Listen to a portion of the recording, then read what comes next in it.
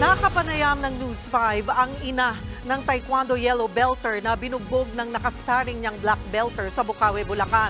Bukod sa inabot niyang sugat at pasa, matinding trauma rin daw ang sinapit ng dalagita. Narito ang report. Sa maliit na silid na ito, inabutan ko ang 17 taong gulang na taekwondo athlete na si Jamie. Nasa isang sulok at balot ng kumot. Nang lumapit ako, tumitig lang siya sa akin. Pero kalaunay, tuloy-tuloy nang tumulo ang luha niya.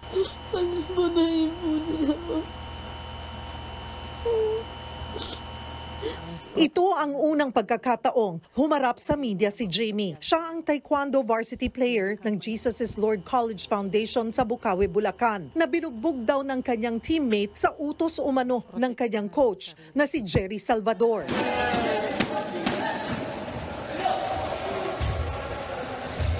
Bukod sa mga sugat at pasa, nagresulta ang pambubugbog umano kay Jamie ng mga bali ng buto sa mukha. Sa psychological assessment report naman na nakuha ng News 5, dumarana si Jamie ngayon ng major depressive disorder, isang buwan pagkatapos ang pangyayari.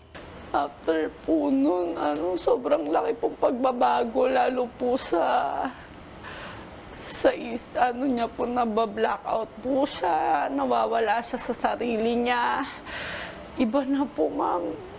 Nagagalit po siya, nagagalit po yung nangyayari. Sa sobrang sakit po siguro nung naramdaman niya. Galit na po, minsan nagagalit po siya nagagalit po sa kapatid niya, nag-aaway po sila. Hindi naman po siya ganun. Base rin sa kwento ni Jamie sa report, bago pa mangyari ang insidente ng umano'y pambubugbog, matagal na rin daw hindi komportable ang dalaga sa ikinikilos ni Coach Jerry. Gaya na lang nang pinipilit umano siyang hilutin kapag may masakit sa kanyang katawan, ngunit hindi siya makatanggi dahil sa takot. Sa isang chat, tinawag pa niya na my girl, si Jamie. Pinapakasamahan niya po yung coach kasi para hindi po siya matanggalan ng scholar.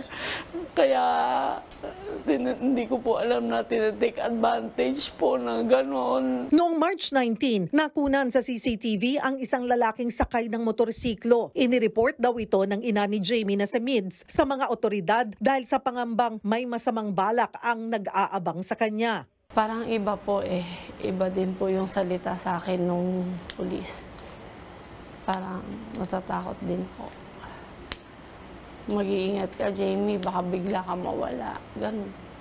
Nakailang ulit nang lumipat ng bahay ang mag-ina dahil sa pangamba para sa kanilang buhay at seguridad. Nahihirapan din umano silang makahanap ng abogadong tutulong sa kanila sa isinampa nilang reklamo. Takot po sila, ma'am. Villanueva po yan.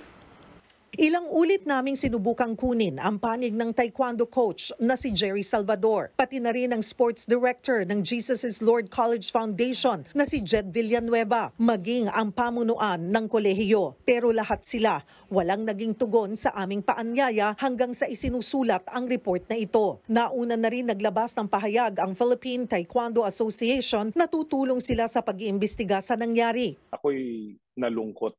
Para naman sa dating Philippine National Taekwondo Team member na si Monsur Del Rosario, malinaw na may pananagutan ang coaching staff ng varsity team. Pero kung panoorin mo yung video, parang hindi.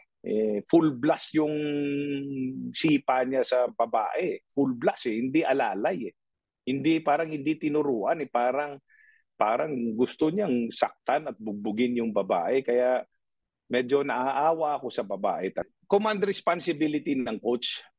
Kung ano man ang inutos niya sa player, yung player dapat, alam naman niya, kayang-kaya niya yung yellow belt, kayang-kaya niya, lalo na babae, dapat hindi niya finulblast ang mga sipa at hindi niya sinaktan lang todo. Kung ang gusto niyang turuan ang estudyante, kung totoo man lang yan, suspension o tanggal sa asosasyon ang dapat dyan, hatol dyan. Bagamat mahaba pa ang laban, patuloy na umaasa at nananawagan ang ina ni Jamie para maibigay ang hustisya sa minamahal na anak.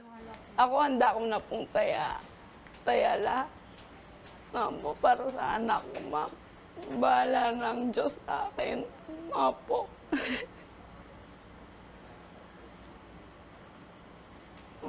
maramdaman lang po ng anak ko na mahal ko siya. At nanay niya ako na kahit ako mag-isa mapagtanggol ko po siya.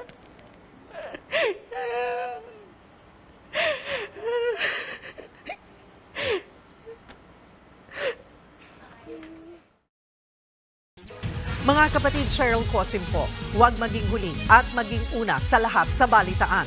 Para sa tuloy-tuloy na talakayang sa Frontline, mag-follow at mag-subscribe sa social media pages ng News 5.